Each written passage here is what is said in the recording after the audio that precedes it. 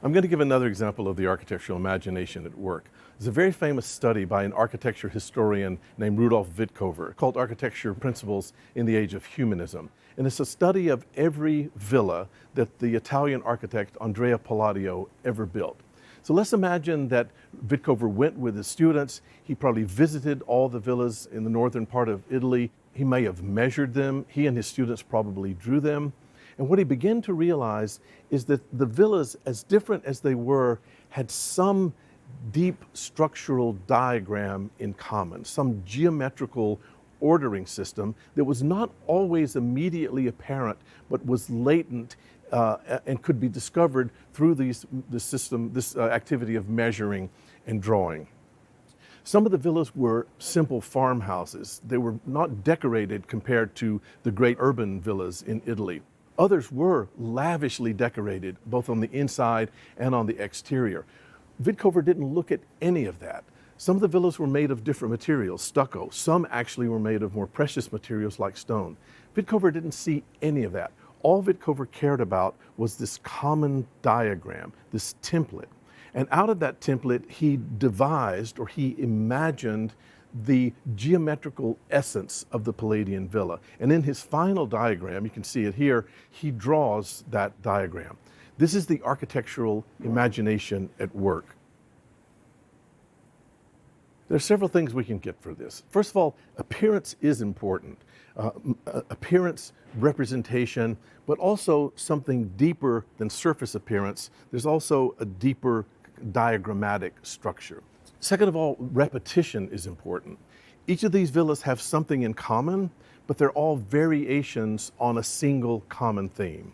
And third is the relationship between that template, that diagram, and what we might want to call the architectural understanding, how we understand that. We can think of it this way. When Wittkower draws that diagram, when we look at that diagram, there's a kind of harmonious resonance. There's a kind of vibration in our minds between that visual image and something that we're starting to understand, some idea of a villa type that we're starting to understand. And here is how the imagination, which we see in that diagram, in that drawing, bridges the gap between the raw sense data of perception and the architectural understanding itself. Now we can be precise about the imagination. It's one part of a three-part system. At the lowest level, we might say, is our sensory experience, our sight, our touch of the materials of a building, even maybe the sounds of the building, or maybe even the smells of the stone and the stucco of the building.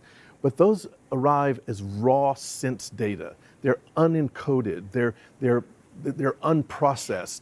And the understanding, which is at the highest level, knows nothing of those raw sense data. It has no way of scanning. It has no way of matching up that sense data with anything that the understanding can understand. That's where the imagination comes in. The imagination is the third thing that operates in the space between the sense data and the perceptions of the building and the architectural understanding. And the work of the imagination, what it has the capacity to do, is schematize. Remember that diagram of Wittkower. He actually draws the deep structure of those villas, and that schematization, that deep structure, that the understanding can scan. The understanding has templates already available that it can match to that geometrical schema. Now, you might even want to say that because that schema is so rigorous and because it is repeated, it has the appearance, or it seems that it has universal validity. And indeed, Wittkower thought that the Palladian diagram did have universal validity.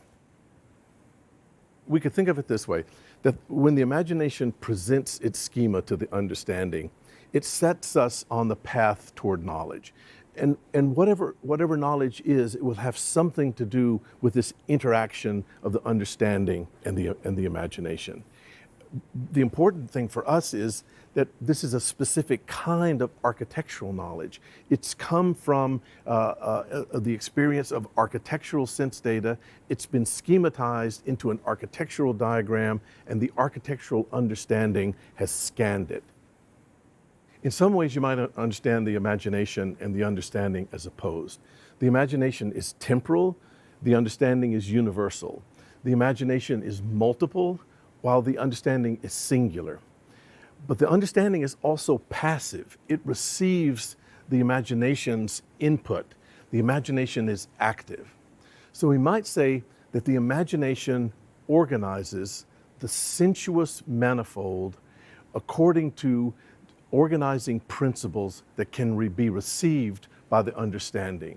And here we have the idea that architecture produces knowledge.